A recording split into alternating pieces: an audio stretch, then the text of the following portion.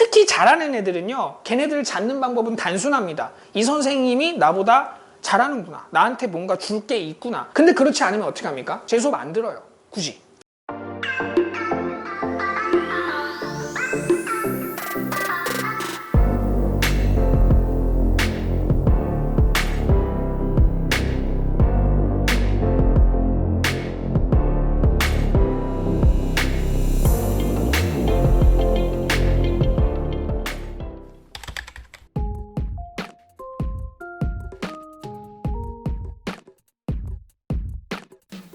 안녕하세요. 학원강사TV 서동범 강사입니다. 오늘은 강사분들과 같이 실질적으로 강의에 있어서 어떤 식으로 강의를 진행하는 거가 좀 더 효율적이고, 그 다음에 아이들한테 실전적으로 써먹을 수 있는 여러 가지 좀 스킬들에 대해서 다뤄보려고 합니다. 그 중에서도 제일 중요한 것 중에 하나가 아이들의 실력이 상이냐, 중이냐, 하이냐에 따라서 맞춰서 어떻게 그 강의 스타일에 맞춰서 어떤 식으로 강의를 구상을 해야 되고, 그런 학생들을 어떻게 만족을 시켜야 되는지, 이 부분에 대해서 집중적으로 다뤄볼 생각입니다. 자, 이번 주도 화이팅입니다. 화이팅!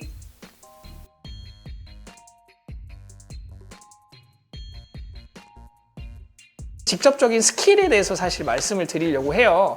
그래서 제가 10가지 스킬을 사실은 가지고 왔는데, 이것들이 여러분들이 이제 어떻게 이용하고 어떻게 사용하느냐에 따라서 되게 다양하게 파생이 될 수 있고 활용될 수 있는 범위들을 바로바로 제가 쓸 수 있게끔 우선 간단하게 좀 정리를 드리고 싶습니다. 여러분들이 가르치는 학생들의 수준이 어느 정도가 되는지 그걸 무조건 파악을 하셔야 돼요.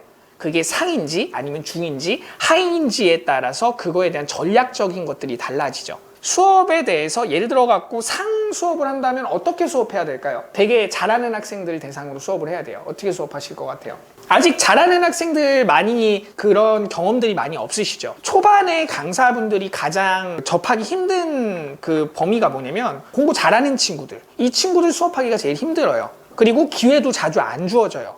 왜냐면 이 수업에 대해서 잘못 수업해버리면 깨져요. 그냥 그 수업 자체가. 그러면 학원 입장에서 엄청 손해거든요. 그래서 안전한 선생님들한테 맡기려고 하기 때문에 초보 강사한테 절대로 상위권 안 맡깁니다. 근데 상위권을 우선 맡아보고 그 학생들을 끌고 어느 정도 내가 성과를 내본 경험이 있어야지 강사로서 되게 클 수 있는 계기가 되거든요. 상이라고 하는 학생들은 정말로 내가 기본 개념들 다 알아요. 근데 이 선생이 내가 모르는 데를 어떻게 잡아서 긁어줄까를 생각하는 학생들입니다. 그렇기 때문에 내가 알고 있는 분야에 대해서 정말로 이 학생들이 좀 더 뭔가 충격을 받을 수 있게끔, 아, 이거 내가 몰랐네, 아, 이런 것도 있었네 라는 것들을 직접적으로 보여주셔야 돼요. 거기에 반면에 이제 중2라고 하는 학생들은 개념 정리를 진짜 철저하게 해주셔야 돼요.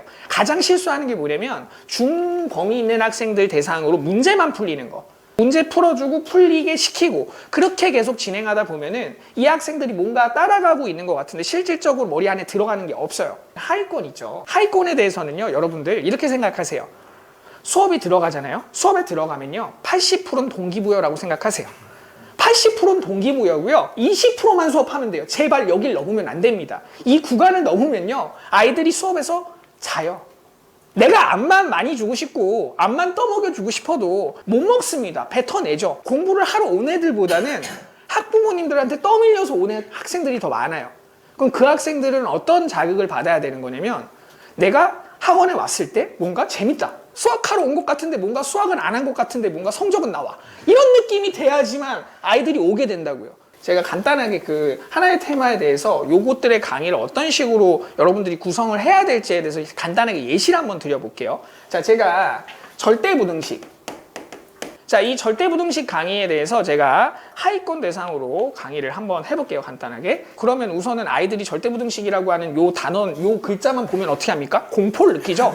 그럼 그 공포감을 우선 해소를 시켜줘야 될 거 아니에요? 이거 겁먹을 필요 없다니까. 너는 이전에 뭐 배웠냐? 항등식 배웠잖아. 항등식. 항등식이 뭐였어? 그래, 오른쪽하고 왼쪽이 똑같다. 오른쪽 왼쪽이 똑같다 이거였잖아. 맞아? 자, 여기 나와 있는 요 부등식, 절대부등식은 얘가 절대 반지 같은 거라니까. 우리가 어떤 대상을 X에다 집어넣는다라고 하더라도 얘는 항상 뭐 한다? 항상 성립하는 부등식이야. 즉 뭐야? 얘는 부등식계의 항등식이라고 생각할 수 있겠지. 그치? 자, 그래서 우리가 절대 부등식이라는 것은 x에다가 내가 어떤 걸 쳐넣더라도 얘가 뭐가 되면 돼? 그렇지. 성립만 하면 된다고. 숫자 아무거나 집어넣어. 그럼 우리는 절대 부등식이라는 건 뭐다? 너희가 절대로 겁먹을 필요가 없다. 뭐 하면 된다?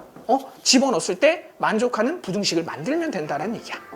자, 이렇게 하는 게 하이라고 생각을 해봅시다. 자, 그러면 자 이제